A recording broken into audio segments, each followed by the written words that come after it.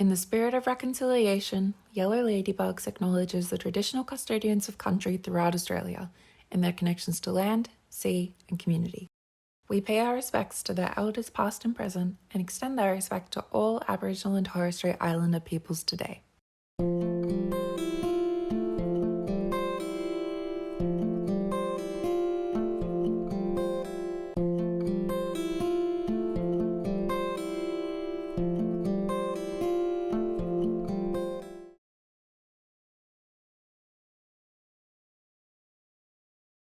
COVID and lockdown was at the same time an amazing time of my life, but also a scary part of my life.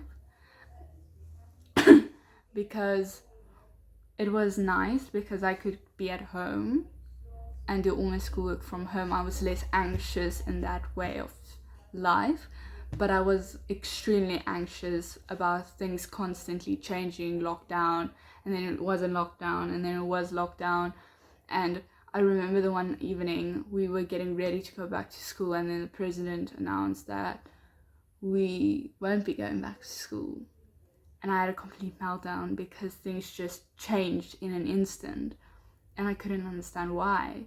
Because my brain is so that I love routine, I love knowing what's going to happen, and that just changing completely upset me. So I love that I was home and could do things at my own time, like schoolwork, and I thrived in school at that time because I could teach myself the material and I could work on my own. There wasn't group work or anything like that. So that part I enjoyed, but the change I didn't enjoy at all. It was so frustrating. COVID was an incredibly hard time for me. I was just diagnosed 4 months before it was declared a pandemic.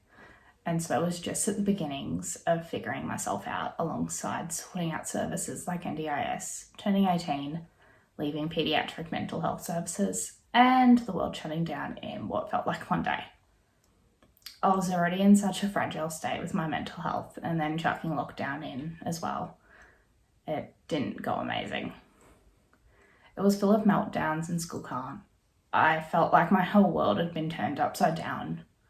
The constant negativity on the news, having to learn to handle the sensory struggles of wearing a face mask, having my routine ripped away from me, and the many shopping trips I sent my parents on desperate to get my safe foods. I was incredibly lucky that I was already at VSV, and so I was able to maintain some semblance of my normal alongside my support workers to keep me going through the hardest lockdowns. But unfortunately, they weren't always guaranteed with the ever-changing rules and regulations throughout the 2 years, something that my brain absolutely hated.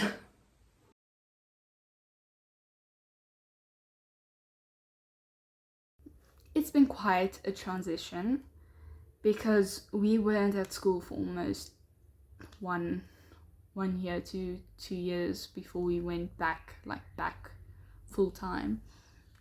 So now it is quite difficult because we missed a core part of high school and knowing things and doing stuff, certain things like in science we missed the practicals, and we couldn't do that because of COVID. And now we did our first practical in my final year, and it was so strange because we didn't know how it worked because we weren't taught the basics.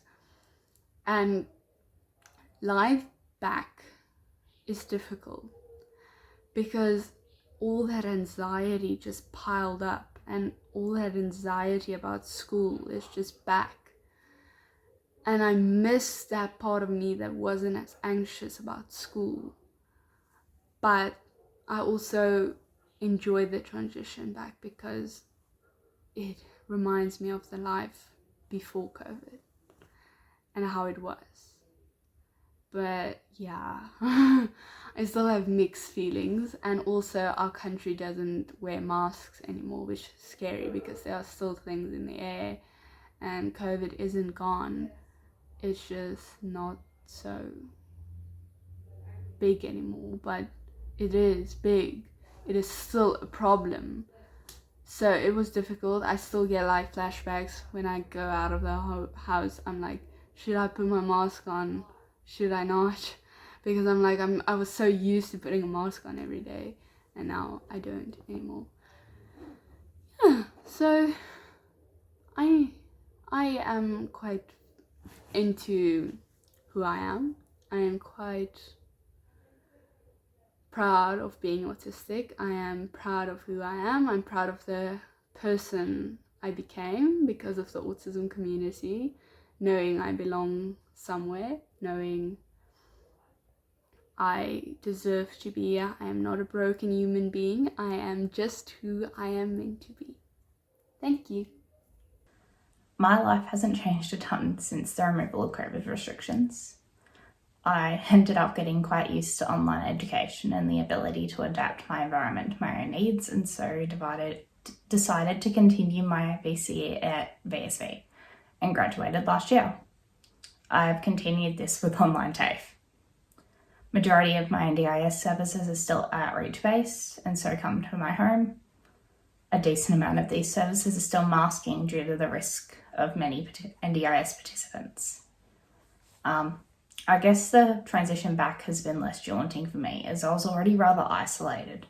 And I found many support groups just never returned back after COVID due to, well, I don't even really know, I guess it was just numbers, that one. And so it's been really hard to find places that I can get back to. Yeah.